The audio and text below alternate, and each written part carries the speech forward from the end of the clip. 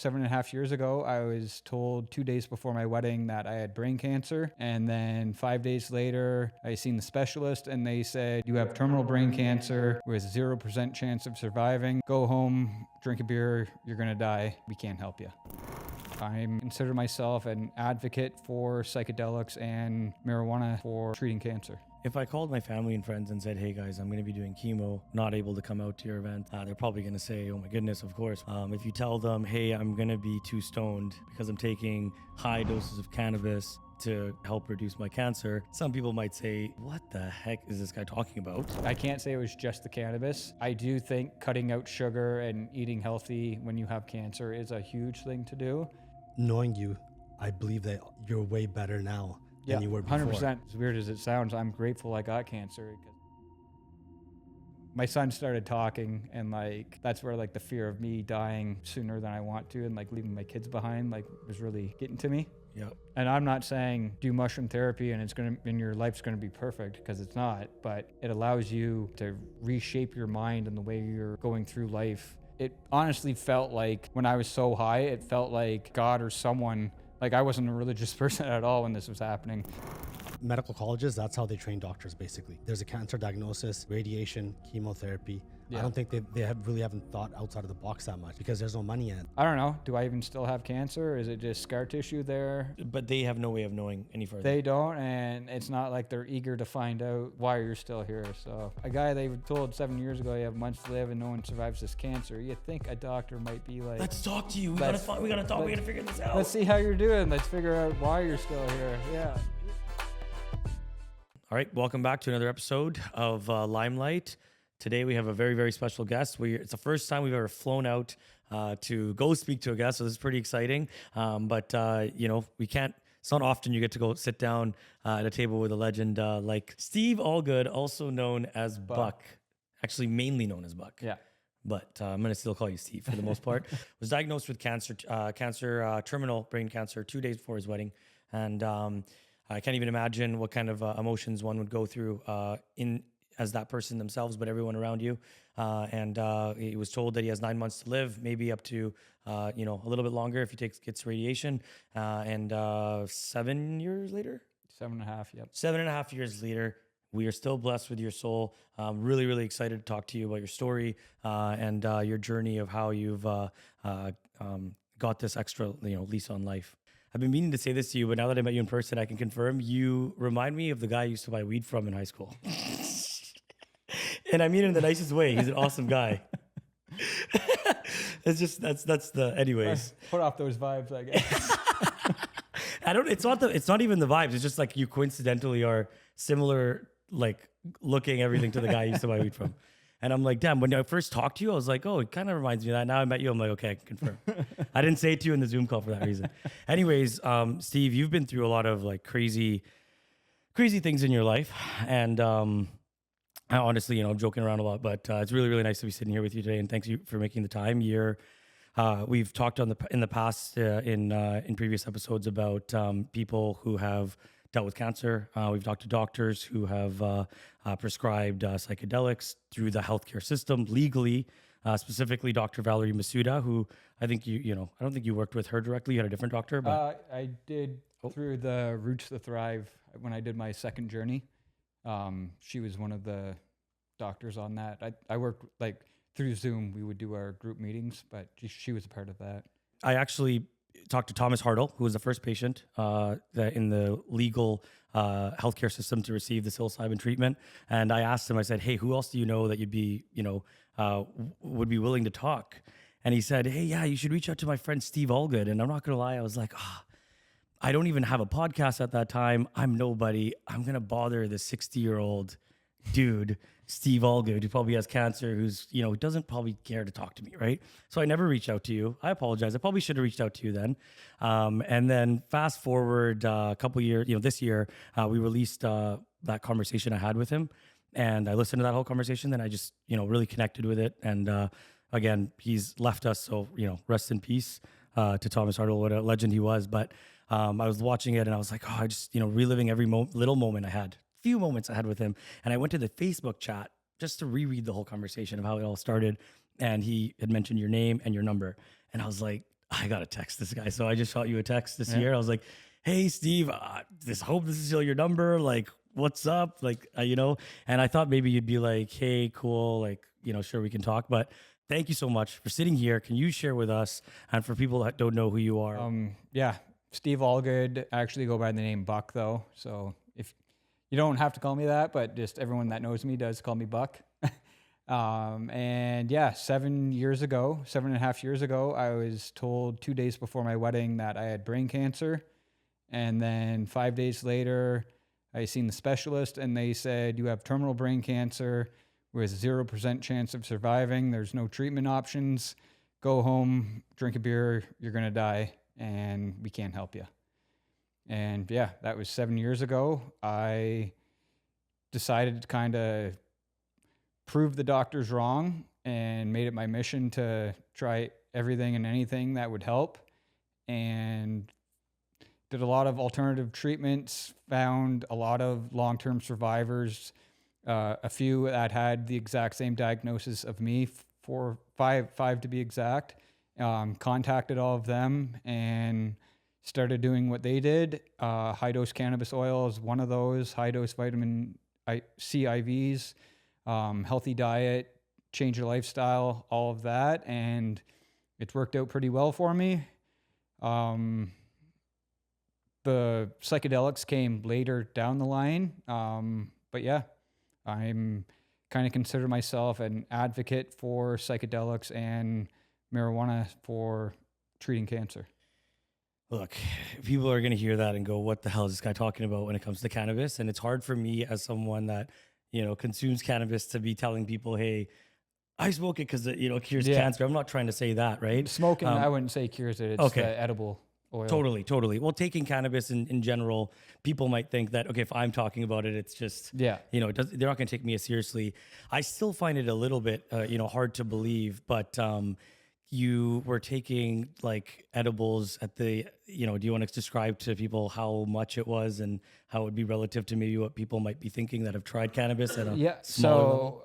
I think like a normal dose of an edible that people take is like 5 milligrams, and they'll say like it puts them into a different dimension, just that amount. I was taking 1,500 milligrams a day. And it did put me into a different dimension. Like I was high out of my mind for like 4 years straight. I kind of got used to the feeling and was able to function on it, but like it was not all a fun time. It was it was actually a living hell for a few years.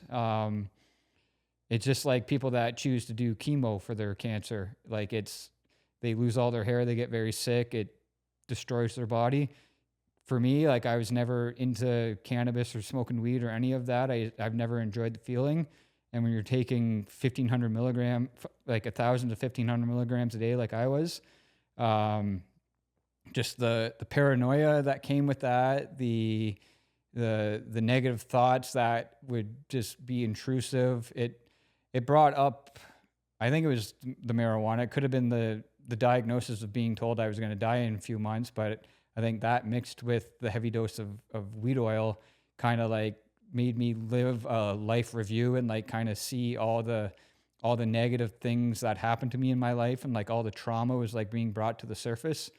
I actually think that's a benefit in the cannabis for treating cancer. I think that's a healing aspect of like bringing all that trauma to the surface. I didn't know how to work through it. That's later where the magic mushrooms came in handy, but it honestly felt like when I was so high, it felt like a different, like a spirit or an entity or like God or someone. Like I wasn't a religious person at all when this was happening, but it felt like something was like showing me this and being like, this is what happened to you. This is why you are the way you are, or this is what maybe gave you cancer, and like all kinds of again, maybe I was just tired of my mind. I don't know. Some would say that.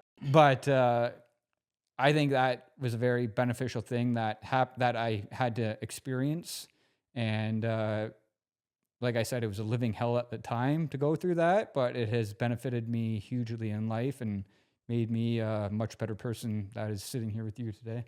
So what kind of cancer were you diagnosed with? It's called DIPG. It's brain cancer. It's a form of brain cancer. It's the tumor is placed on between my spinal cord and brainstem in the pons. So it's a diffused intrinsic pontine glioma. So it's right on the pons, the pontine of the brain, and that is what controls your breathing, your vision, your motor function skills. So when I was diagnosed, they said I'd go blind, I'd lose the ability to walk, and then I'd lose the ability to swallow, and I'd pretty much suffocate or starve to death, was what doctors told me. Wow. Yeah. And how's the impact on, like, to describe the impact on your family? Well, hold on. 2 days before getting married. 2 days before you're getting married, you're 28 years old. Yeah. You were at your, that was actually your bachelor party? No. So actually, I found out I had a tumor the day of my bachelor party. Didn't know if it was cancer or not. They said they found a tumor, and they were going to send me to a brain specialist or a brain doctor. And then, so I went to my bachelor party. Obviously, didn't have that great of a time. And the week later, So you were thinking the worst? I was trying to stay positive, but I was just like, this makes sense why I can't walk straight, or why my head hurts, or why I've had constant headaches, and why my vision's blurry and all of that. So like it made sense, but like I was kind of not really focused on like what's the worst possible outcome of a brain tumor. I was kind of like shocked by it in a sense. And then when I went to see the brain surgeon the day of my wedding rehearsal dinner, me and my fiance, I guess at the time, go to see him, and he goes, "Yeah, it's cancer. Like that, you have brain cancer." And that was just a shock to my system. Like I remember, my wife broke down and cried right away. I was just like, I guess I was in shock, because then like he's like, "Go home, have your wedding. Don't Google anything. Like like this cancer is not a good outcome, but there are people that have beat it." And he's like, "Go home, like just do yourself a favor, stay off the internet, get married." And then walking to the elevator, I got in the elevator, and I remember being in there, and a lady got wheeled in there, and she could barely like even lift her head up. She was probably like 45 years old, and then I just like broke down, started bawling my eyes out, and she's like she could barely talk, and she's just like mumbles like, "Oh, it got you too. Oh, that's like sad. Like this is the first time I'm going outside in 3 months." And like she had brain cancer and like was dying at the time. But then like that just was like, it was like being in a nightmare. Like that, it was like I seen what I was going to be like in like 3 months probably. And then yeah, went home. All my family and friends were there for the rehearsal thing, and like just told all of them I have brain cancer. And like for what was supposed to be a celebration, it was just like no one knew what to say, how to act. It was a very somber night, I would say. And then 2 days later was my wedding, which felt like I was living through my funeral, to be honest. It's like pretty much everyone there knew I'd just been diagnosed, and it's like, who survives brain cancer? Like, you don't ever really hear of that. Maybe one or two people are a miracle, I guess. But yeah, tried to have the best time there. And then I was kind of hopeful, thinking, oh, I'm going to this second best cancer hospital on Wednesday, see this team of doctors. They're going to have a plan for me. And then they see me and they say, "Yeah, no, the type of cancer you have, no one survives. It's one of the rarest cancers to get, and there's no treatment for it. Radiation might buy you a few more months, but you'll be dead in 18 months at the most." It's a lot to... Yeah. So then, they just sent me home, and no help to deal with those mental thoughts. Not enough people realize, and, never will we realize really what you felt there, but how much, cancer can kill you, but also your fear of everything with it can maybe kill you faster. How's your family reacting at this time? What happens after the wedding? And, you share a little bit about that? Yeah. So after being told that, I remember going home, and like, I was just pretty much I was in shock, obviously, like just like thinking like, I thought my life was just starting. Like, how am I gonna, like, I'm gonna be dead in 9 months. Like just, I was a shell of a human, I guess. And yeah, I remember my mom came over and I asked her, like, am I just gonna die? And she's like, yeah, you're like, what the doctor said, you're gonna go blind, you're probably gonna be paralyzed, and then you'll just lose the ability to swallow and you'll just die in your sleep. So like, it's good though, you won't feel any pain. And I just remember like that, just like, So matter of fact. yeah, and like I don't, she wasn't doing it in a harmful way. I think she was still in shock herself, but just the way she kind of repeated that really took the life out of me as well. And like, I was just thinking like don't most people like say like, we're gonna like do everything to like save you type of deal? Like that was like, I thought like, Yeah. that's most people's reaction, right? And then, yeah, my mother-in-law came home that same day and she was having a panic attack saying like, you're not going to die. We're going to find a way to kill the cancer. You're going to beat this. And like, it shook a lot of people. Like my own family, like they just accepted it and that was that. And that was very kind of The whole family, not just like your mom then. my mom, my brothers, my dad, like they weren't like, we're here for you. Like they was more like, like shit luck, too bad. Like, what are you going to do? Like pretty much. And then, yeah, my wife and her mom searched the internet up and down, doing their own research, finding long-term survivors, finding out what they did, telling me to try this, try that. And again, at the time I was very science-based, doctors know everything, thinking like I'm, Which is a lot of people listening to this, by Yeah. the way. Many people we know. yeah. And like, Yeah.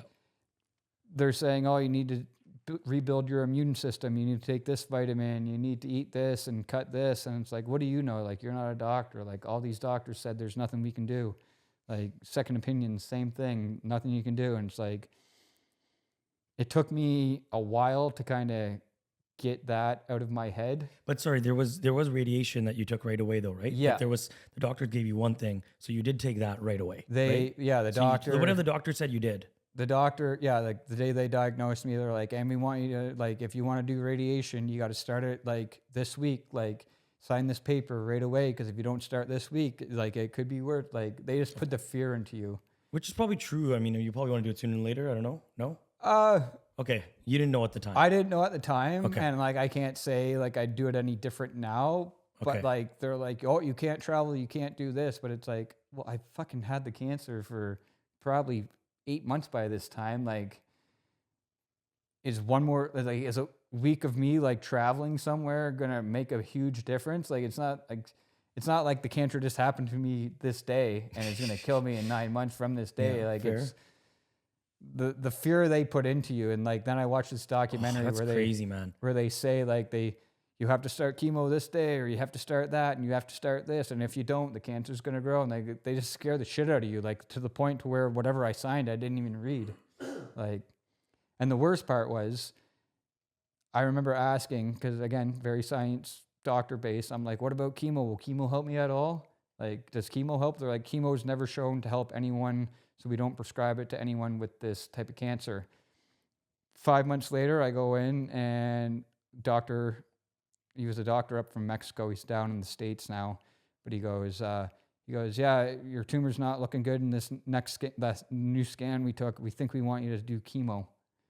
I'm like, you people told me chemo would never work. And at this point, I'd gone down the rabbit hole of chemo kills more people than it saves. So I'm like, do you guys just want me to die? Like, Oh, I actually didn't know this about your story. yeah, like, Oh, I didn't know you had the option of chemo. I thought you didn't have the option. well, Originally, you didn't. I didn't originally, and then And now when I they're went just trying back to for the 4-month follow-up, this Dr. Torres goes, yeah, we want you to do chemo. And I'm like, you guys said it would never help, and there's no benefit to doing it. And then, like, my own research, it just pretty much destroys your immune system. So why would I want to do chemo? I don't know. That blew my mind. That kind of woke me up to the, I don't want to say corrupt medical system, but the broken medical system. Inconsistency, basically contradiction. First Yeah. they say, no, chemo's not going to work. Then 5 months later, they're like, oh, well, we should do chemotherapy now. Yeah. So you told them no. Yeah, I said no. What was the reaction of the doctors?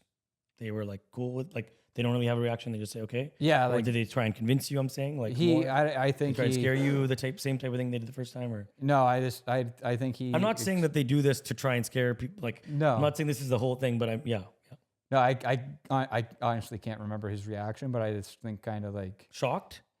he just like looked at me. How many like people say no? Yeah, I don't know. How many people say no? I don't think it's much. Yeah. Do they? I don't know.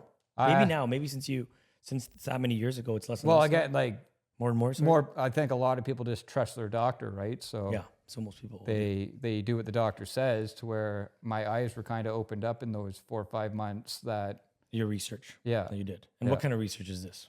Like Google, online, random medicinal, like online finding long-term cancer survivors, like on Instagram, just like reaching out and messaging them. studies? Okay. Watching a couple documentaries. That's good research. Yeah, watching a couple documentaries. Like it wasn't like anti-medical system, but it was just showing like kind of how the cancer system is corrupt in North America? like, yeah, Or the world? Yeah. What are you trying to I'd say? say North America. Like Okay. I don't know, like there's all this cancer funding and charities, and like it doesn't seem like there's much progress. Like more people are getting cancer every day now, and not too many people are beating it. Like where's all this money going to? And then you look and you see that the doctors get like kickbacks from their when they use chemo, and they prescribe this and prescribe that. I don't know. I don't want to sound too tinfoil hat rabbit hole-ish here, but I think you can say it Yeah. with full confidence with your experience. You've I lived don't through know. the I'm system. still You've alive lived and I through the didn't do healthcare it, system. so I think like you can say more than me. You can say more than Mindy. yeah. Yeah, I think some people, not everyone is a bad person in the healthcare system for sure, but the way it's set up, I don't know, man. Like, I went to, I go to like small towns like this one, and there's like farmers markets on the weekends, right? So I went to Penticton, and there was all these little farmers markets, whatever. And I go around, and then we get to this like jam place, right? And it's like a, older, rich looking dude, right? And he's selling jam. He's like, oh, my mom makes it. I'm like, okay, cool. I'm like, you sell your mom's. You look too baller to be standing there doing this, right? He's like, oh, I get talking to him. He's like, oh, actually, I run a cancer foundation, right? And I go, oh, okay. And I'm like, and I just get this really shitty feeling in my gut in this moment. Normally, I'm excited to meet someone. Anybody I meet, I'm usually super stoked. And then even if they're involved with cancer a year ago, 2 years ago, I'm like, oh, sweet. And I just felt like, okay, tell me more. Like, what'd you do before this? Why'd you start it, right? So I guess he was like a venture capital, I don't know, crazy rich stuff, whatever he was doing, crazy money guy. And then his son got leukemia or got some sort of cancer. So there was that. Yeah. And then he was like, there was no foundation in the world focusing on this leukemia for kids. And then he's like, doing it. I'm not saying he's a bad person by any means. I just got a weird feeling after the conversations I've had with you and all these cancer foundations. It's there's profit involved, and it's a business. It is a business. When you have employees, you have stake, you have to, it shouldn't be, but that's the way it is. And the medical system over the years, we've been told in Canada and felt that we had a really great healthcare system. We felt that our criminal justice system was, corrections is better when it comes to, it's got better than the States and everything else. But now when you actually like talk to people who actually lived through it, yourself, Mindy, in different aspects of this stuff that we don't have too much control over, which it's supposed to serve us. So we should have some control over it. Yeah. But my point in sharing that whole story is that, there's these cancer foundations. I don't know. I wonder how much they have control over, or if it's above them even that, it's not even in their control, and there's policies that don't allow them from the government side. But again, are they fighting for them? Would they fight for them? I don't know. That's a whole other thing. I don't know. I could talk for hours about that, but I'll get too heated. But I think what it is, medical colleges, that's how they train doctors, basically. There's a cancer diagnosis, radiation, chemotherapy. That's how it's going to happen. That's how you're going to cure it. Yeah. I don't think they really haven't thought outside of the box that much, because there's no money in it. Just like Dr. Masuda said last time, she's like, there's no money, there's no profit for big pharma and all of this, right? Like marijuana, what does it cost? Not much compared to chemotherapy. Chemotherapy, these companies are putting in millions and billions of dollars in research and all that kind of stuff. And it's it's a cash cow. If it's not making money, they don't even bother with it.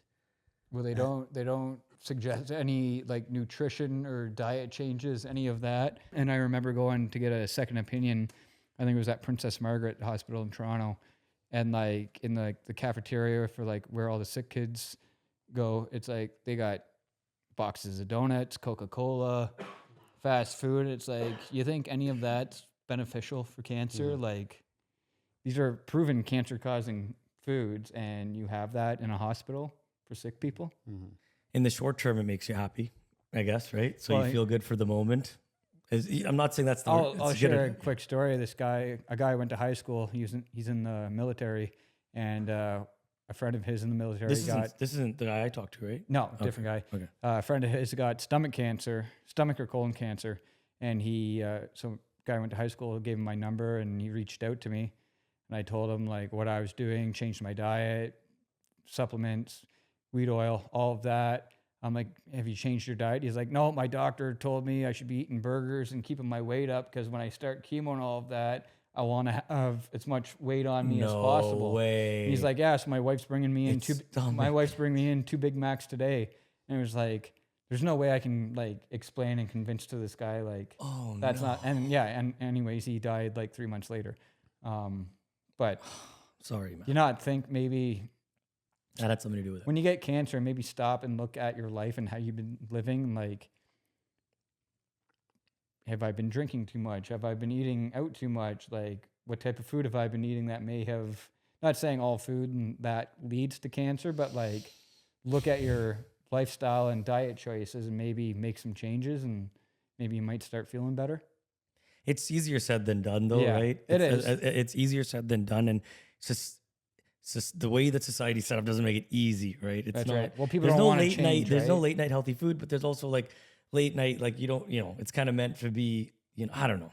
That was one of the hardest things going through cancer, was like changing my entire life. Like, I had a lifestyle I was living, and then it's like I find out all that stuff's bad. Well, I did know a lot of it was bad for me anyways, but yeah, having to quit all of that stuff, like quitting sugar, quitting alcohol, quitting all of that, like you end up not having a life if you're not have anything that made you enjoy life, right? So that was a whole hurdle with the diagnosis.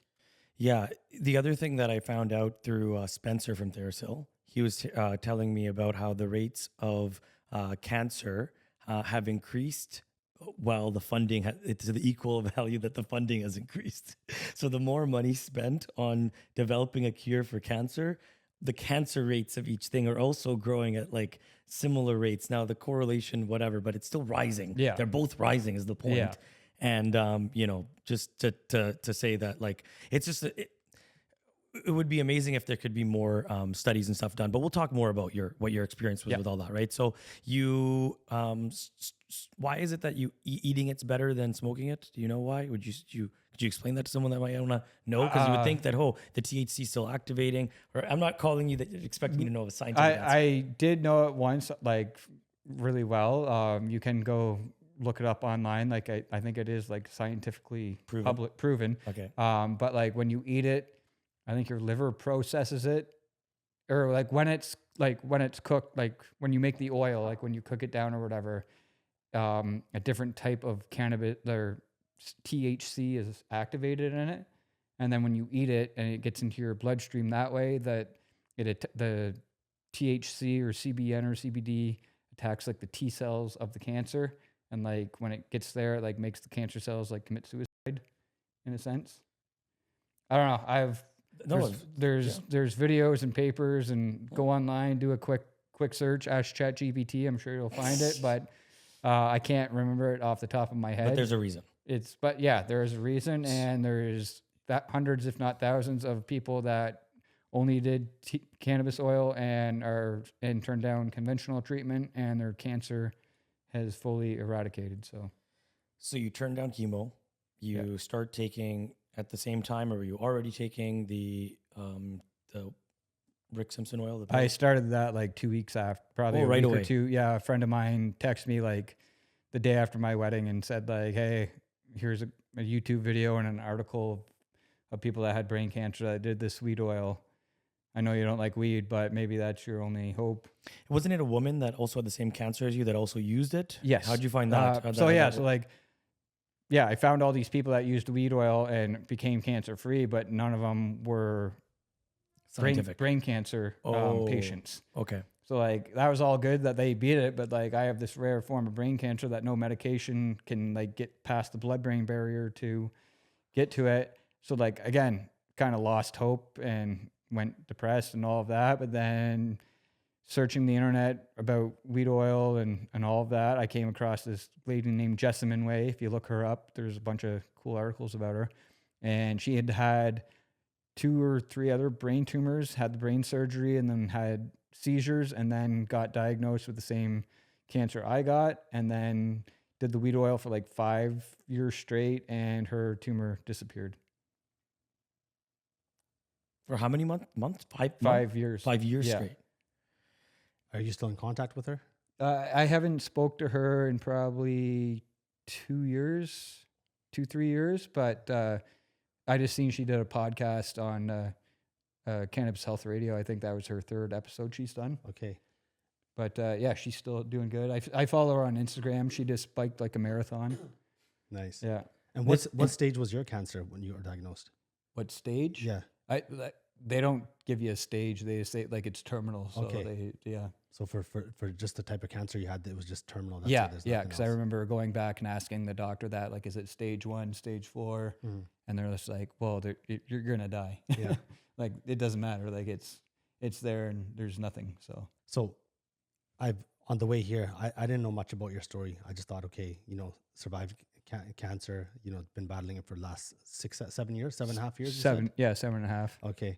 And basically during that time, obviously with this therapy that you're doing, with the cannabis, you went and get MRI scans done regularly? Every 3 to 4 months. Yeah. 3-4 months. Yeah. And what's the latest scan? Last one. So over the last 2 years, I've actually only gone once a year. Okay. And it's been stable. Well, it's been stable since November 2019. Okay. Oh my goodness. So I went So that was, when was your wedding? June 2018. So a year and a half. Yeah. So when I went for that one, so like I'd go every 3-4 months, and like I'd have fucking super anxiety. Sorry for swearing, but No. I'd have super anxiety. Like I'd be like hopeful, thinking like, yeah, like I've been doing the weed oil, it's gonna be shrank, like or it's not gonna be there. But like I was feeling like garbage, so I'm like, it's probably still there. And like, what if it's grown? Like, what am I gonna do next? Yeah. Am I gonna go to Mexico, like try some wacky treatment? Yeah. So like every time I'd go there, I'd get the news like, oh yeah, there's no new growth, no nothing, no areas of concern. But then like, okay, like good news for 30 seconds, and you get back in the car, then it's like, well, I still feel like garbage. Like, is it gonna start growing in 2 months, 3 months? So like, you get good news, you feel happy for a short period of time, and then you just be back. I'd be back Dreading the next anxiety, yeah, and all of that. And then come November 2019, we heard it shrank slightly. And even with that news, like physically, I think I weighed like 105 pounds at the time, because like I was pretty much starving myself. And obviously wasn't getting the proper amount of protein or nutrition and all of that. And just, yeah, I was physically drained, and like started to lose like my confidence. And like, that's where I started having like suicidal thoughts. Just thinking I was a burden too much on my wife, and like had no reason to keep going. But thankfully have got past that. And yeah, to answer your question originally, since November 2019, it has been stable. And you get checked once a year? Once a year for the last 2 years, I believe. Yeah. So what you're telling me is you took, and how long did you take this high dose of cannabis for? 4.5 years every day. Oh, wow. So you just stopped like this year? No, Last year? 2 years ago. Like I still take okay. like 4.5 from 2018. Yeah, I still Okay, I still for- take like a small maintenance dose, My like bad. two days a week, just like right before bed. Just like So what's a maintenance dose? like so like a 1 milligram syringe, like 0.2 out of that. 0.2, like the Phoenix tier thing? Yeah, Whatever it is? yeah. 0.2, that's what's like 0.2. Like how does, yeah, okay. It'd be 0.2 of a gram. Okay, so 200 200 milligrams. Is that what it is? Yeah, I don't know. I'm not a Okay. scientist. I don't know Okay, how to okay, okay, measure that whatever. stuff. 0.2. Okay. I'm just trying to say Milliliters or milligrams? Yeah, I don't know. Okay, whatever. So the point is, But yeah, I'll you take a sleep it maintenance off. dose. I'll wake up a bit foggy the next day, but just to kind of keep it in my system. Okay. And is that what's people are told to do? You just chose to do that. Why did you stop? Was it because what? Because somebody listening might say, okay, do you take it forever? When do you decide to stop? My plan was to take it forever till my tumor was gone. And then found a few other long-term survivors, and yeah, the one said she only takes it like a few days a week. So I was like, that kind of gave me confidence to lower my dose and like take it less. And then also becoming a father and having my 2 kids, they weren't just sitting in baskets anymore. They were up starting to talk to me. So I kind of had to be a bit more with it and not just space straight out all the time. So that kind of motivated me to like give myself confidence to lower the dose. If I called my family and friends and said, hey guys, I'm going to be doing chemo, I'm going to be, not able to come out to your events or whatever, they're probably going to say, oh my goodness, of course, whatever. If you tell them, hey, I'm going to be too stoned because I'm taking high doses of cannabis to, help reduce my cancer, I can't come to your events. Some people might say, what the heck is this guy talking about? Yeah. Did that happen? Yeah. Like your family? Well, just this people didn't understand. Like I think it's still crazy. Don't you think it's quite a crazy phenomenon that nobody realizes this? When I was that I high, didn't realize this until I it's read not your like I story. could go out and function normally. Like just like go to like a backyard barbecue or something like No. that. Like I'm spaced straight out. Like it's high dose like indica, so like you're like numb on the couch and like very sleepy. So it's not like I'm going to be able to have like a decent conversation with you. Like my body was healing, right? And like fighting the cancer. And like, just like, yeah, to your point, like people are like, oh yeah, you're fighting this courageous battle. You're so courageous doing chemo or whatever. And it's like, you take weed. They're like, oh, you stoner, like you drug addict. Hippie. And then like not for science. another thing too, like, cause like a lot of families have contacted me, like the type of tumor I have is usually only found in kids. It's very rare for adults to get it. So like a lot of people whose kids have unfortunately got this diagnosis have reached out to me, and I'll tell them about the weed oil. And a lot of them are very hesitant. A few have given their kids the weed oil, but I think it's tough if you're a kid. yeah, Or you're sensitive to it. But doctors and parents, a lot of people have no issue saying, yeah, pump my kid full of chemo. So I think chemotherapy is worse. What happens to you with chemotherapy? Yeah, after? like go find out what happens to a child that's on chemotherapy. Like it's hard to watch, especially if you have kids, right? And like you give them weed oil, yeah, they're gonna have red eyes and giggle and ask for more food. I guess it's been a bad drug for all these years, but oh wait, it can help with this cancer, it can help with these diseases. Like people are just so brainwashed being told it's a drug. It's like it's a natural growing plant. Like I'm not saying give it to your kids before they go to school, but if your kid's given 10 months to live, why not try it? Well, we need to talk about the fact, though, that even you were not enjoying this experience while you were taking it. Yeah, not at all. And as an adult. Yeah. When it comes to at some point you said you were suicidal. You were like, this sucks. That was like 2 years into it, or that was a year into it? A year and a half. Yeah, a year and a half, 2 years into it. And sorry, I don't know if you mentioned, did you mention that you, I guess, right after your wedding, you decided to have a kid as well? I don't know if you want to share anything about that. My wife That's wanted pretty to awesome. have kids right away. Were you hesitant about that? Like I wanted to have kids, but like after getting the diagnosis, I was a little hesitant about it. Yeah. But like my wife was like, I don't think you're gonna die, but like worst case scenario, if you do, like I want something to remember you by. But like solid woman. Oh, so amazing. So I got diagnosed in June. She got pregnant in September, and that was a whole another like mind f. Like thinking like I'm like doing the math every day. Like, am I even gonna be alive to see my son born? Like, and like if I am, like, how long am I gonna have with him? Like, and then like it's like, oh, like, well, I won't be around to like teach him this or get him to show that or get to experience this with him. And like that's where like not blaming the weed oil, but like it just made those very negative thoughts more advanced in my head, and then I couldn't handle them. And then also, like, I wasn't providing for my family, and like my wife just had to like pretty much do everything for me at this time. Like I was so weak and like dying. And this is from the um, uh, radiation, Yeah, like effects of it. radiation effects, that just the tumor pressing on my brain, like the negative effects of that, then like the weed oil, like not being able to function on that. And like, yeah, I just like thought I was more a burden than anything, and like started thinking That's about pretty like, reasonable. I feel like any human being would feel like that, which is, well, it sounds like a horrible feeling. It's not like I wanted to die. I just didn't want to continue living like that. Mm-hmm. Like I just, when you're severely depressed, like you can't get out of that hole. And it's like, I don't want to die, but I honestly don't want to live another day like this. Mm-hmm. Like it sucked. So then enter a phone call or somebody talk to you about psychedelics? Yeah. So my wife's brother, he has been, I would say, on a spiritual journey for a few years at this point, doing like ayahuasca and MDMA therapy with a therapist out in BC. He was very, very hippie-ish in that sense. And he brought up to me, have you looked into psychedelic therapy? And I'd seen a few things online. Like I think I'd seen like a CBC thing about Thomas or stuff like that, but I was terrified to even think of doing psychedelics, just like from what the weed oil is like making me go through.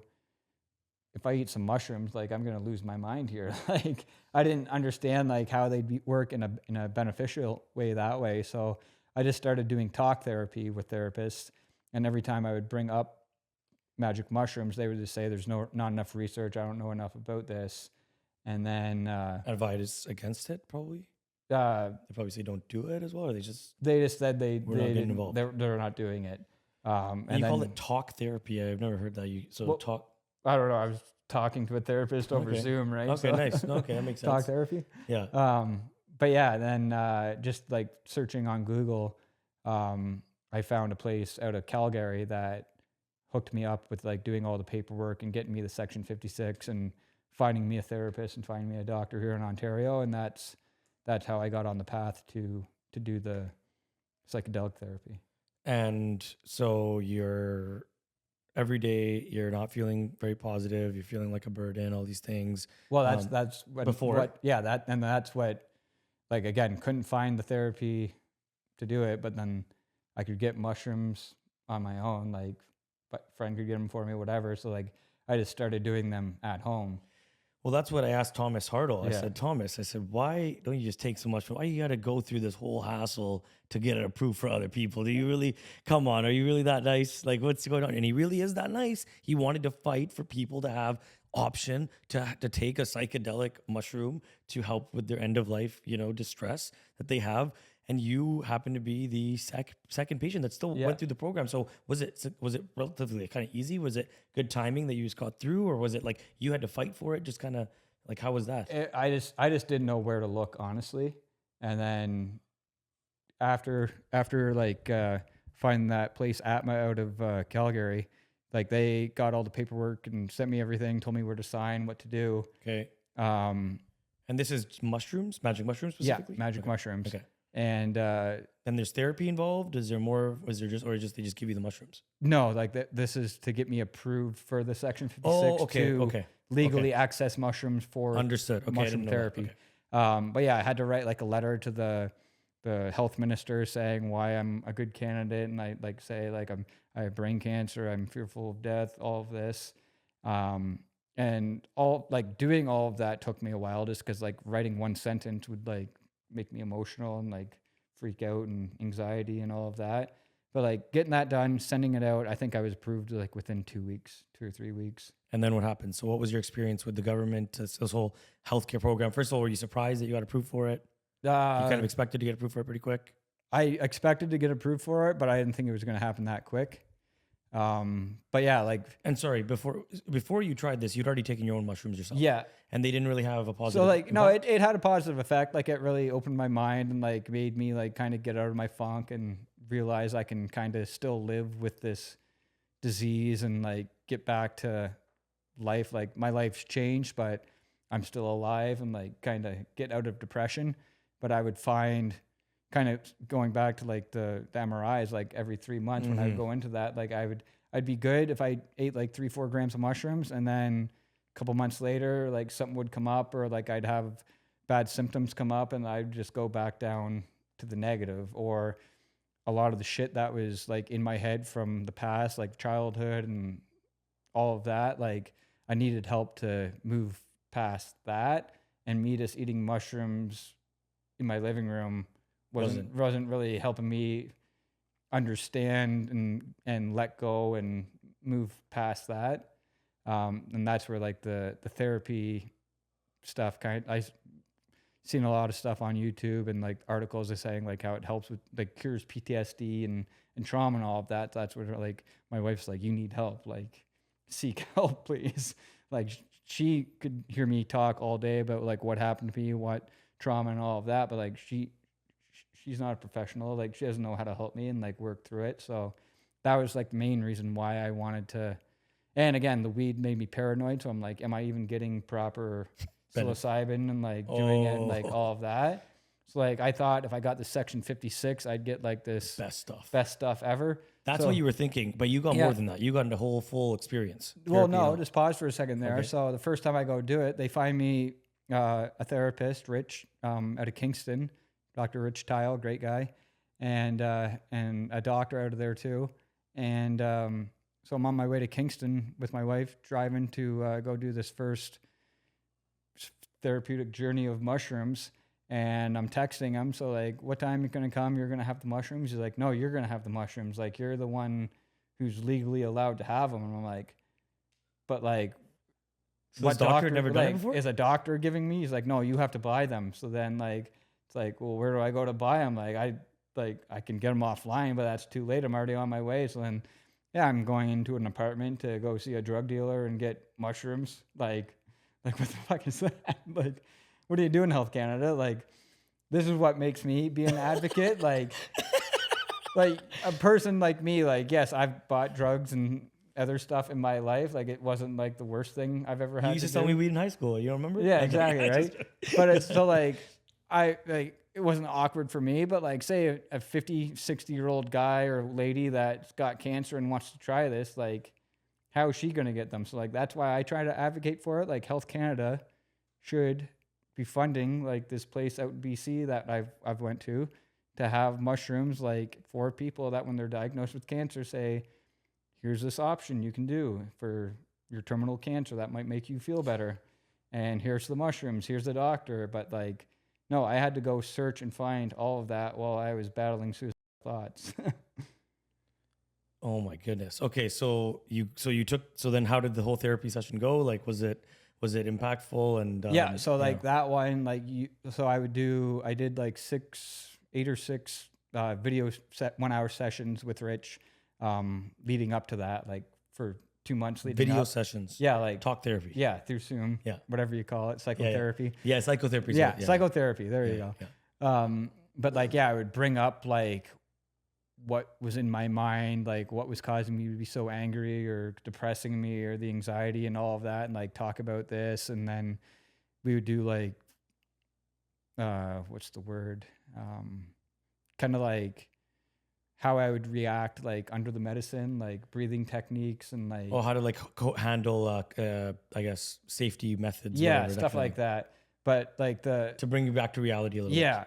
But like this is why I think the mushroom therapy is so beneficial with a therapist rather than just on your own. Like for those 6 to 8 weeks prior, I'm bringing up every negative thing in my head that I want to work through and get over and all of that. So then when I showed up and ate the 5 grams of mushrooms or 7 grams, whatever it was, crazy amount, and guys, went under like off on my journey for 5 hours, like it came up like, oh, when I was 4 years old and this happened to me, or why my parents like raised us like this, or my grandparents acted like that, and like why I was holding anger to that, and like allowed me to move past it and forgive it, and then also like grow and learn as a parent adult myself and become like at that point, like I was barely ever present with my wife and kids, just because I was either in a place of darkness and depression or riddled with anxiety, and like couldn't really be present to where I was able to work through all of that, let go of it, and then let it benefit me in life, to where rather than like just sitting in my dark thoughts, realize, like, stop and be like, okay, yeah, that happened to me. I'm a parent now. Learn from that, do better, be present. Don't mess up, not mess up, but like don't repeat that past thing that caused me all this trauma for years. So. And you continued the therapy? Do you still do, like, after so there's, they call it what, preliminary, like, therapy sessions, then there's the actual journey, and then the integration. Integration. Yeah. And then integration is another 5 weeks? 10 weeks for you? How long? Yeah, I think I did 3 sessions, like 3 weeks. Yeah, I would say like the very next day, he came to the Airbnb where we did it, and we talked briefly about that stuff. And then, the following 2 weeks, 3 weeks, I'd have 1 hour sessions with him and just talk about like what came up, what it meant, and like. And it was really impactful. It was really useful. Very, very visual. Like I've done mushrooms before, but it was like a TV was playing in my mind, and like me going back to like seeing my younger self in time, like places in time, and like what had happened to me. And like I had a connection with my grandparents who had recently passed the year before, and I'd never had a good relationship with them the entire time of their existence. And it was just like they were sending their love to me and like showing me that like I'm on the right path forward, and that like there's no, like, they love me, I love them, and like we're good. And like just kind of like, I guess that was probably a negative thought in my head, like, oh, they died, I'm dying, we never really had a good relationship. And like that came up. Wow. And you felt better because of that? Yeah, it had a meaningful. Gave you like a permanent, would you feel almost closure with that? Yeah, for sure. Because some people would say, okay, so that was that was a year and a half after you were diagnosed when you took those mushrooms? No, it was 4 years. 4 years after. Yeah. So that was 2022. Okay, 2022 is when you took those the first therapy. Yeah. And then have you do you feel like a year after, like, do you feel like you need to keep taking it? I was good for, I'd say 6-7 months, and then around August, September, I started to notice I was anxious, slipping back into like, anxiety, depression. Like when you're suffering depression and you have anxiety at the exact same time, it's a living hell. I wish that on nobody. So anyone that's going through that, like, eat mushrooms. But like that's what, like, I'm like, something's going on. Like I can see like my son started talking, and like that's where like the fear of me dying sooner than I want to, and like leaving my kids behind, like, was really getting to me. Yeah. And a therapist that I had met emailed me like in a confusing way. And long story short, I was like, would you want to be my therapist for my next journey? And he's like, yeah, right on, we'll do that. And then the next one was in October, and that a year later, basically, a year and a bit later. Because the first one was in February, the second one was in later in that year. Yeah. Okay. February 2022, December or October 2022. Okay. And then that journey really helped me move past and let go of the fear of dying and leaving my kids behind. Like I don't think that's going to happen anytime soon, but that thought just riddled me every day to where I couldn't get it out of my head. To where like I see myself like at my own funeral in my coffin, looking up at my kids, and like they didn't have a bad feeling because their memory of me was just me being present and being who I am with them, spending the time I have with them. So like that kind of gave me closure to like let go of the fear I had, like just, and it made me be like, be a good dad, be a good person, like spend the time you have with your kids in a very good way. And time is precious, so don't lose that. Another cool vision I had was I was in a circle with a group of friends, and I was a joint being passed around, being smoked, and everyone's smoking it, and like this guy's smoking it, he's laughing. This guy, he's getting paranoid. This guy is anxious, whatever.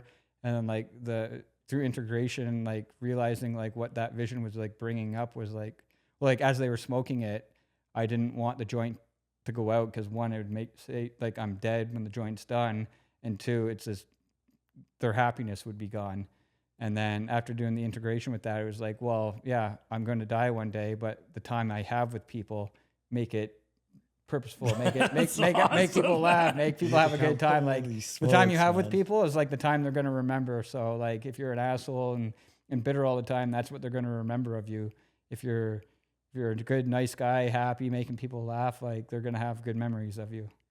You also had a vision of a future. You mentioned a lot of the trauma that came up in the past. The future was really, really uncertain for you, obviously, so it was really scary. You had another vision pop up on a psychedelic trip. Yeah. Do you want to share that? Yeah, like this was shortly after the November scan where it had shrunk, but like I started having the very negative thoughts. So I was again lucky enough that my brother-in-law gave me mushrooms. That's where I did the mushrooms the first few times, and it helped. And then, like I said, I went back into the negative, and then he had MDMA. It was MDMA. I did MDMA. Yeah, okay. It's awesome. So I did that. First time ever doing it. So MDMA, could you describe it for someone that might not know? Like, it's a psychedelic?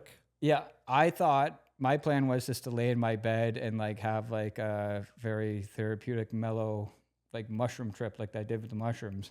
This, I couldn't lay still. Like I had to get up. It was the best I had felt in 2 years or a year and a half, right? So like I come out to the kitchen, I'm telling my wife how good I feel. I have a smile on me ear to ear. I've got energy. And then again, it was like a vision just came in front of me. Let me just back the story up for a second to share a few details. So this is a year and a half after I got diagnosed, very weak, all of that. Me and my wife had not made love for pretty much shortly after I got diagnosed, I would say. Just like no libido, no energy, no nothing.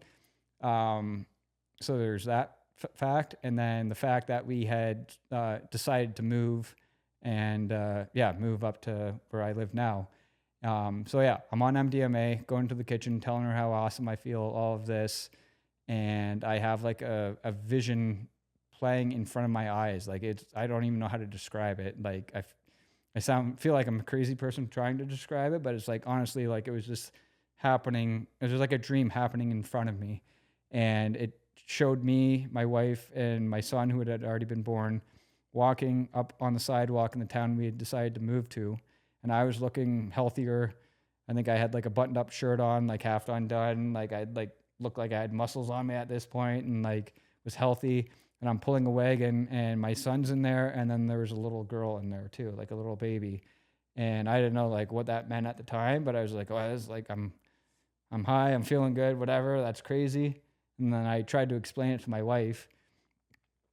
A week or two later, we make love for the first time in like over a year. And a week or two, or a few weeks after that, she, like a month after that, 6 weeks after that, she finds out she got pregnant. And then my daughter, Sadie, was born 9 months later. What a story, man. Not saying like I foreseen the future, but like I kind of foreseen the future.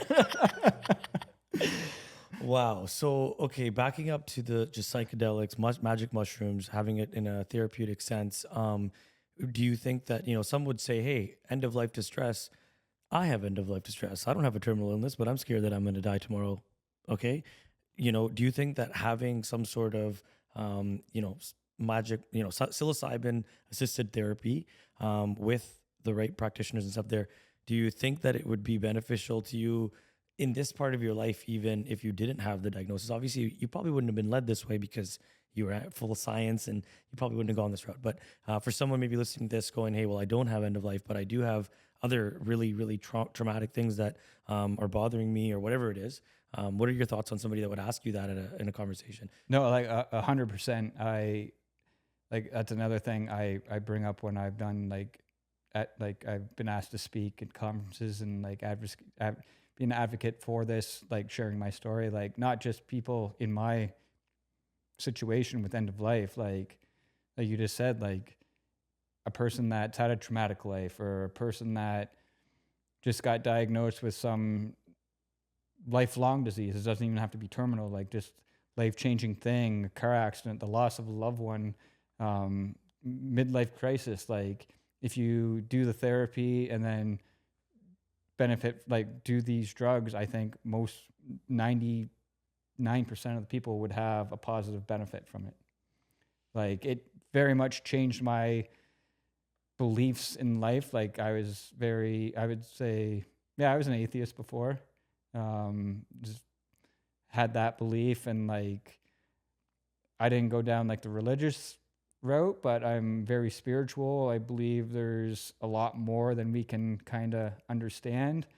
Higher power, maybe, I don't know, but of all the things I've gone through and the coincidences, I don't think it's all just random. I don't know. And if that's just the way I go through life believing it, it's a lot better having just a belief like that rather than thinking, oh, there's nothing that, and you're going to die. Because you might think that that's a good way to live until it hits you to where you're told you have months to live. Well, like we've just, Mindy and I have talked previously about people, going through the correction system that have gone to, gone down the wrong path due to trauma and things like that. What a difference it would be if people could kind of deal with this trauma if they were given this option, right?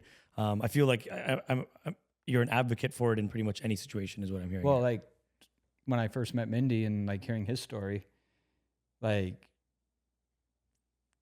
not just him, but like anyone that is sent to jail that has had a traumatic upbringing or went down, like, became a criminal or stuff like that. It's like, at the end of the day, like, they made those choices, but like they didn't choose that life, and they probably don't feel good about a lot of the stuff they've done. And going and sitting in a jail cell and not getting any help to learn how to be better or get through that isn't benefiting anyone.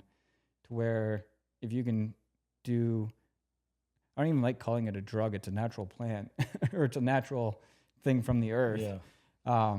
But if you can take something and it rewires your way of thinking and the way you're looking at memories and going through life, like why not offer that to people? Mm-hmm.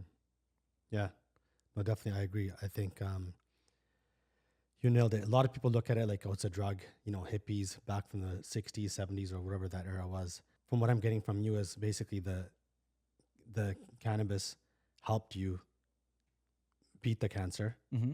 and the psilocybin helped you deal with all the traumatic experiences behind it, your childhood, everything, unpack all that stuff and rewire your brain. So now it's like, you know what? You're more clear. You're not triggered by a lot of things, and you're more sort of relaxed and laid back, and every day is not as anxious as it was before. Yeah, like just even before I was diagnosed with cancer, I was very self-absorbed, self-centered, like very about myself, and like I didn't very much like people. I don't know if that's because I had to work with as a service technician and deal with people all day, but like I was not a people person. I'd go out with friends and have a good time, but like I was very introverted, not very social, not very eager to meet new people or be friendly in that sense. And then like I moved into a new town. I have a great set of friends now. I talk to everyone, like just even going to the dog park every day, I seem to meet a person each time and hear their life story. I'll share my story.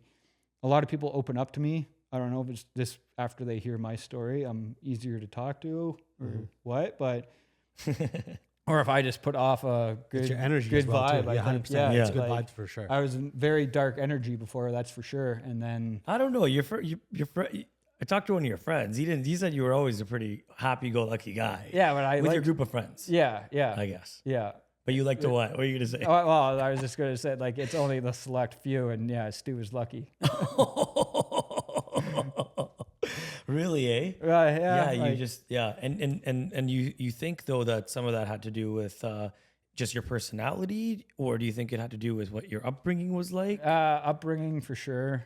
Is how I was raised, very like isolated, and then like I was the youngest of three brothers, and then like I won't go too much into detail, but just like what I witnessed of how to be a person, like half was how I am now, half was how I was before. Damn. Yeah. Yeah. I want to advocate for this after hearing your story. I think someone hearing the story will say, hey, I agree with everything you're saying. That sounds great.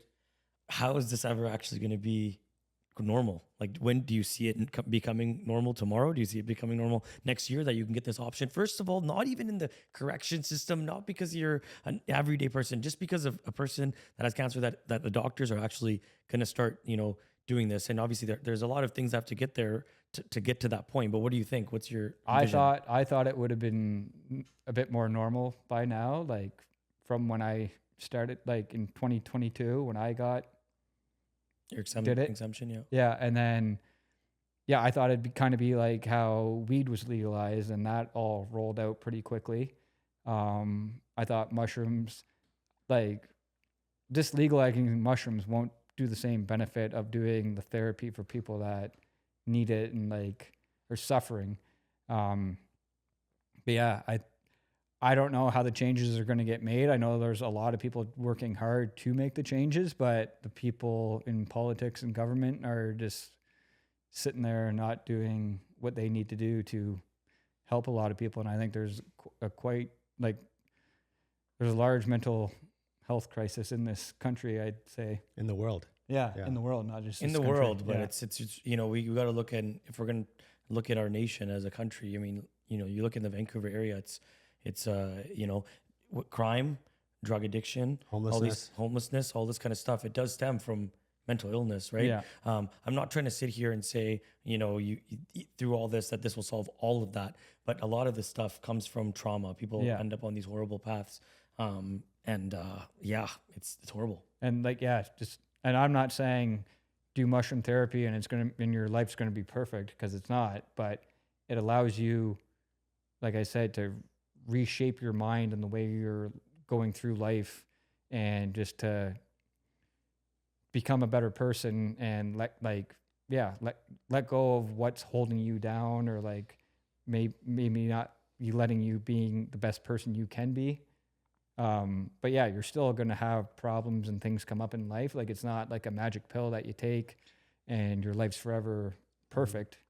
But I think that's probably another concern from public standpoint, maybe policy standpoint, is if they just let anyone take mushrooms, people be popping mushrooms on weekends, sitting on the couch watching movies and laughing their ass off. Yeah. But I think with you, I think what sounds like is the whole therapy part of it is super important. Yeah. Have it sort of structured away where it's like actually someone's there that's going through it with you, someone with some professional background, rather than just, take a dose that you think is safe enough. And like, I hope, like, I know a lot of people that microdose and it has benefited their life hugely. Like, they quit drinking or cut back on alcohol, and like, it makes them just more happy, more social. It makes them nicer to their kids. Like, so like, I do think mushrooms should be legalized, but like you said, like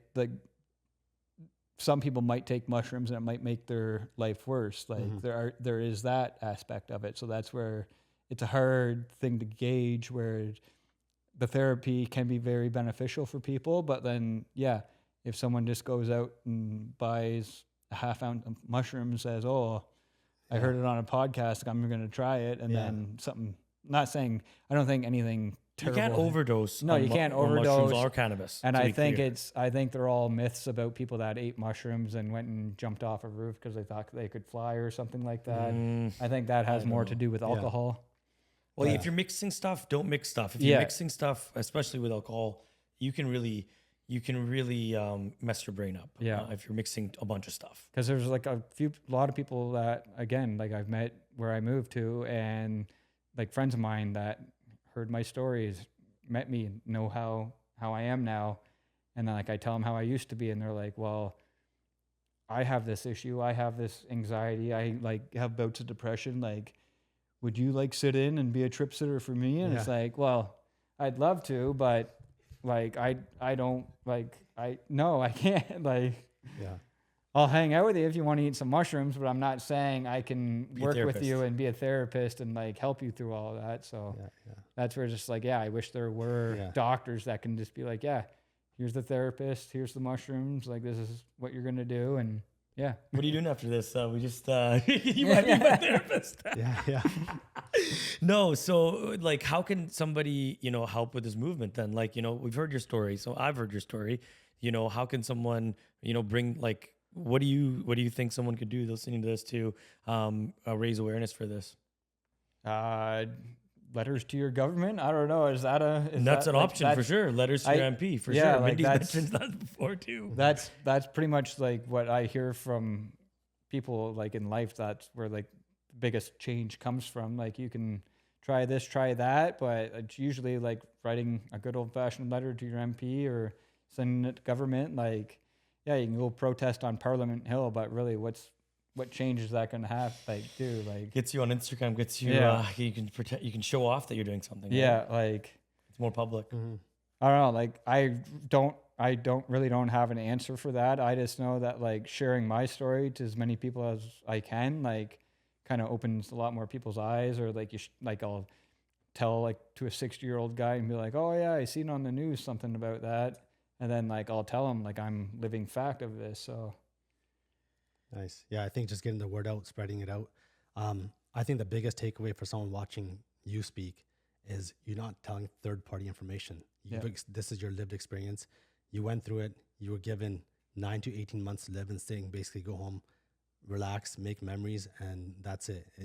He was not told that. He was told to eat burgers. Drink a beer and drink beer. They didn't actually say that though. Because she didn't say drink a beer. A doctor didn't say that. Yeah, she said I heard you like hamburgers or something like that. I don't know where she would have heard that from, but she's like, go home, eat burgers, have a beer. She did not. That sounds hard to believe, but I believe you. No, she did. So wait, so this doctor you were mentioning earlier, if you don't mind, I think I might have said it to her, like, I like eating burgers and drinking beer. Like, maybe before, you're nervous, you're saying something. Like, I don't want to feel like this anymore. What can you do for me? And she's like, I can't do anything. Go home, eat burgers, drink beer. Okay. With that context, it's a little more believable.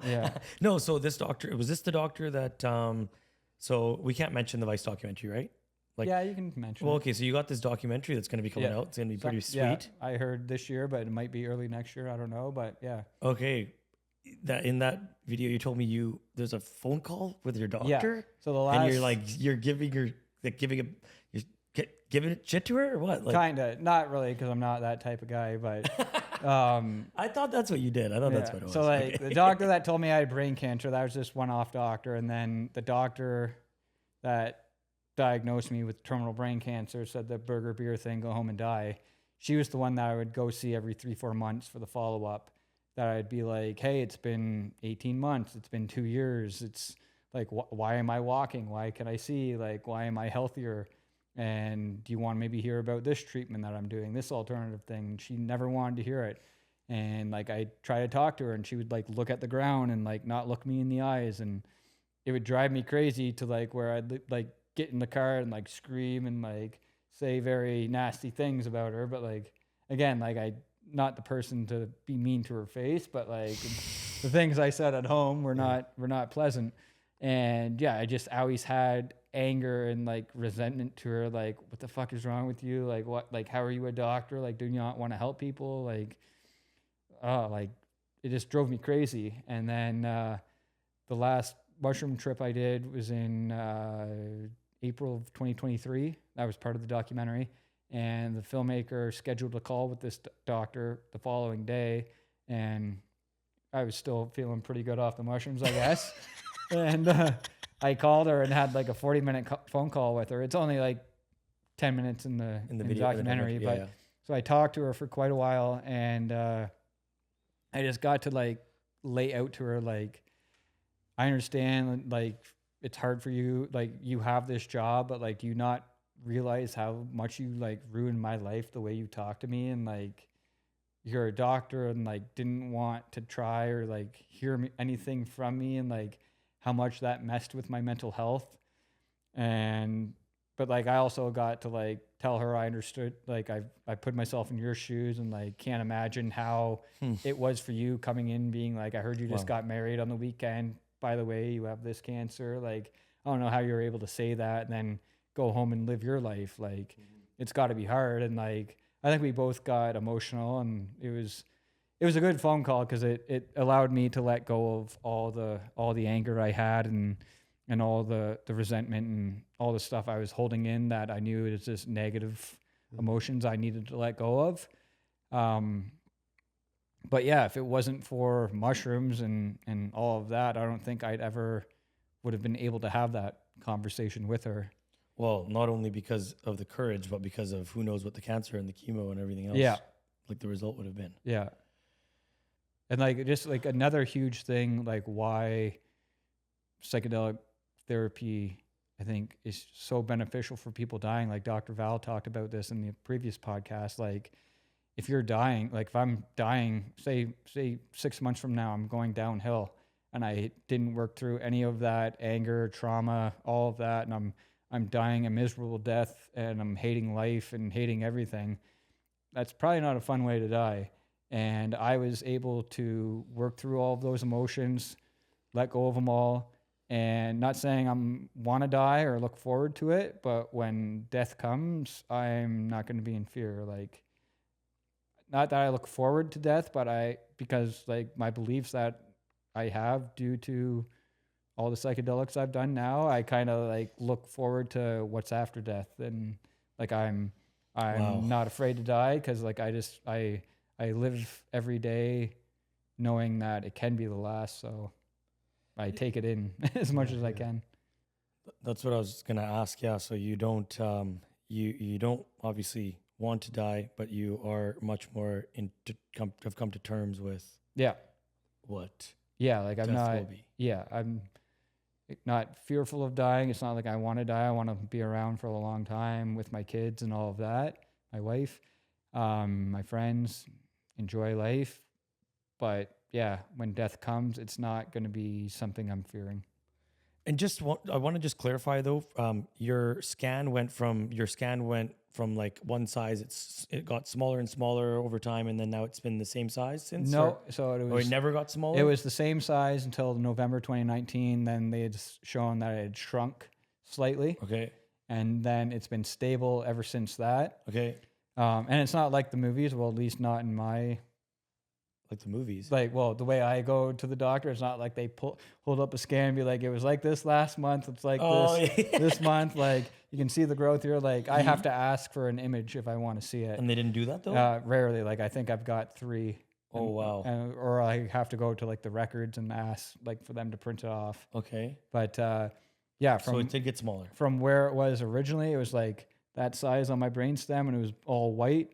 And now what it comes up, it's like smaller and it's like a black grayish thing. So like, I don't know. Do I even still have cancer? Is it just scar tissue there? Is it a dead tumor? I don't know. But they have no way of knowing any further. They don't, and it's not like they're eager to find out like why you're still here. So you'd think a guy they were told 7 years ago you have months to live and no one survives this cancer. You'd think a doctor might be like, let's talk to you. We gotta talk. We gotta figure this out. Let's see how you're doing. Let's figure out why you're still here. Let's keep checking this up so we can get the next person, another person that has this. You would think that, right? But no. And why do you think that is? The healthcare system doesn't promote this type of what is it? I just think profits. I think it's profits. I think doctors are burned out. I think they have their own bills to worry about, and there's no money in curing people. Write a letter to your MP. Maybe we got to write a letter. Honestly, if anybody that actually watches this, we should write the letter for them and they can send it to their local MP. Maybe we got to do something like that because we haven't actioned anything here yet. Maybe we need to send a letter to our own MP, but this kind of stuff needs to be an option. I'm looking at you. Look at this guy here. He's outlived, like, what the fuck, bro? This is why we flew out here to see you because I didn't believe you were a real fucking person, bro. You might as well be AI. You thought you were 60. Yeah. Yeah, I thought it was a face filter. I think I'm healthier than I'm the healthiest I've been in my life. Like, mind you, I still have struggles and symptoms and things do come up, but like where I was a few years before cancer, where I was like the first couple of years, and then where I am now, I think I'm doing pretty good. Yeah. And I just want to say that it's horrible. You got cancer, everything you went through, stuff like that. But knowing you, I believe that you're way better now than you were before. 100%. Like as a person, I'm actually great. I always tell people this, like as weird as it sounds, I'm grateful I got cancer because it changed my life for the better and made me who I am, and just the people it has brought into my life. I'm very grateful for that. Yeah, it doesn't sound like you've changed. I spoke with obviously two of your friends, and both your friend that's known you since grade 10, the lucky one, as you mentioned him. I don't know if I should say his name, Stu. Yeah, Stu. I don't know if he wants to, if he wants me to say it. Yeah. But anyway, so yeah, he was just saying even after the cancer, you guys have been, since back in the day, you broke your ankle, you went to a Metallica concert or something, and he carried you on his back. You guys got the disabled section. This is way before cancer. It was a year before. We got right beside the stage because I was crippled. Yeah. Oh my God. And then anyways, even since then, you guys have had, you're still having a good time. You're thankful for this life that you have. And it seems like you're appreciating it every day and also aware that what the future holds is what it's meant to be, essentially, right? Yeah. Me and Stu just went to a concert last week, actually. Metallica? No. No, another. I metal. Really don't listen to metal anymore. I got like into like happier EDM music, like good time music. But then he's a lifelong metalhead and wanted to go to a concert. And I'm like, maybe I can still do it. And it was a little loud, a little too many people, but it was a good time. Okay, and for people listening, when I tell people your story, I say, who you're going to go do a podcast with in Toronto, right?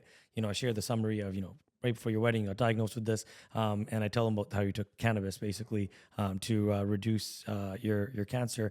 But then I also preface, because they always look at me like, come on, right? So I got to preface and say, look, I'm not saying it was the cannabis. He also changed his lifestyle. He changed his eating and everything else. What would you contribute it to? Would you say all of it to anyone listening to this, like pretty much start eating better and all that kind of stuff? But yeah, you think all of it contributed, or you think that if you still ate not the best and you took the cannabis, do you think that person, do you think there's an easy way out? That's what I'm trying to find out. Yeah, like, because... Can I still enjoy the burger and beer? Yeah, I do now. I didn't for 5 years, but I was not living right. So I do enjoy here and there now.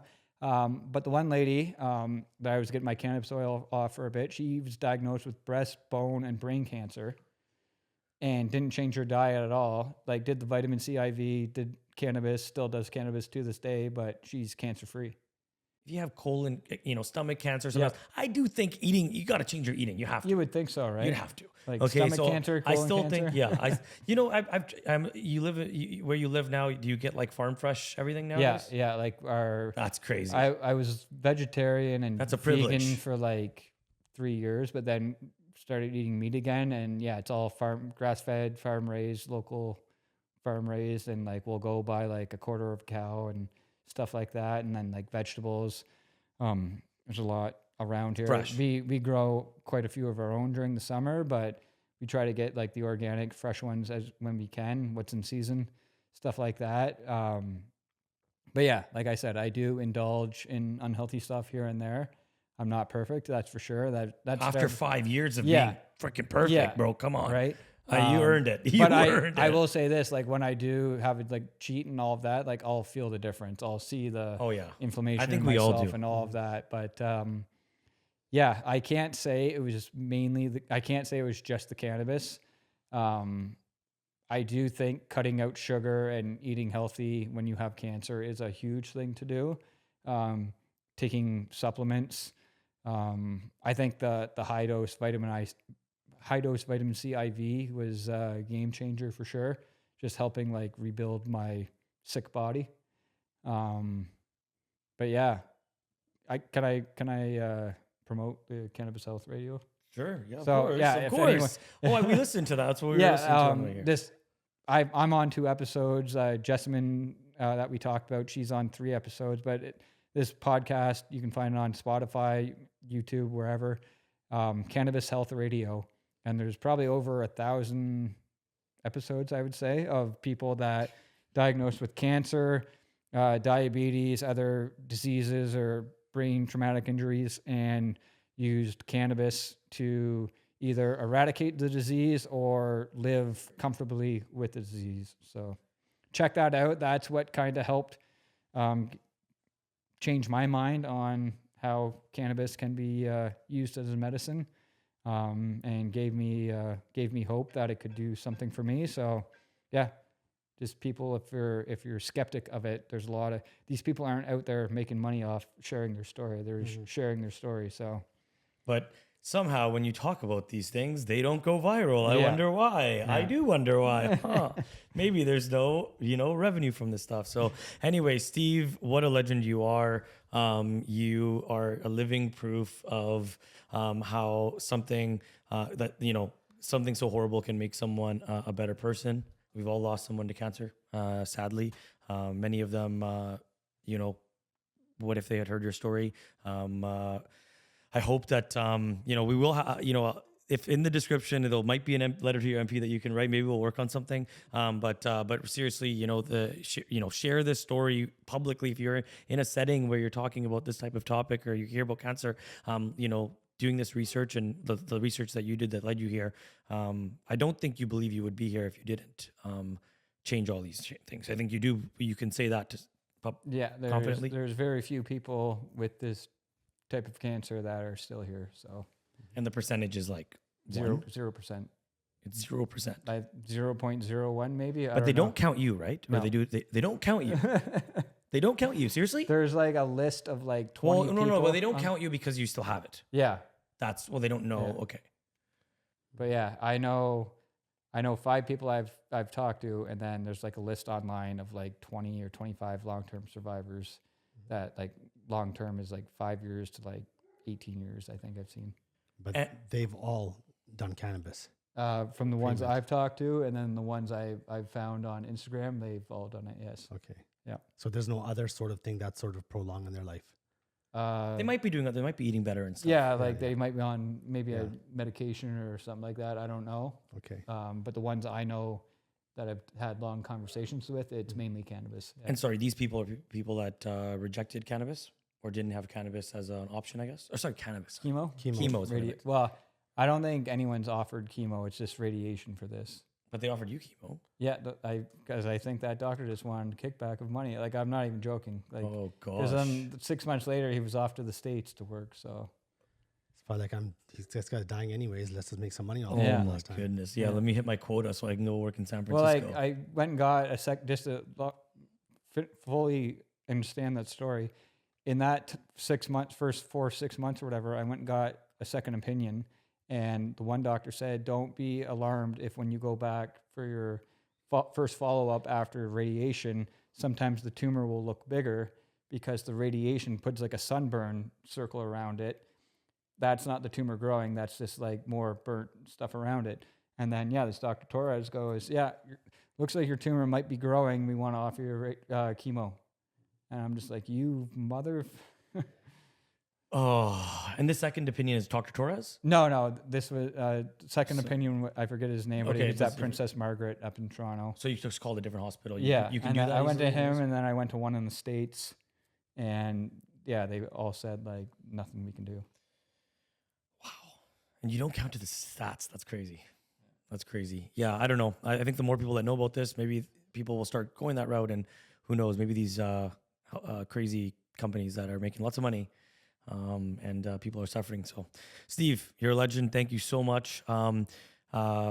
If somebody's listening to this, they want to reach out to you? Is that something that you would normally do? Yeah, for sure. How would they reach out to Best way would be finding me on Instagram, I guess. you? Okay. I think I'm Buck Allgood on there. Yeah. Or you can email me, steveallgood89@gmail.com.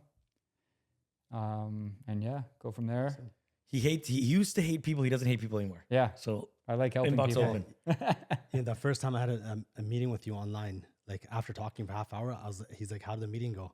I'm like, dude, I feel like I've known you my whole life. Right? So maybe that's with the psilocybin and everything else. Right? Yeah, I don't know. I have that connection with a lot of people. Yeah, now. no, that's awesome. And I also want to give a shout out to the unsung hero and all this as well too, as your wife and your supportive family. Yeah. Like, that's amazing. Like your mother-in-law as well too. the story how right away they're like, we're gonna find a solution for this. We're not gonna give up. Yeah, they were huge in That's keeping huge. me alive. Yeah. So That's awesome. changing my mind on medicine. So Yeah, cool. Yeah, people that are listening to this may change their mind on the science too, right? Cool. Well, thanks so much, Yep. and we'll see you guys next week.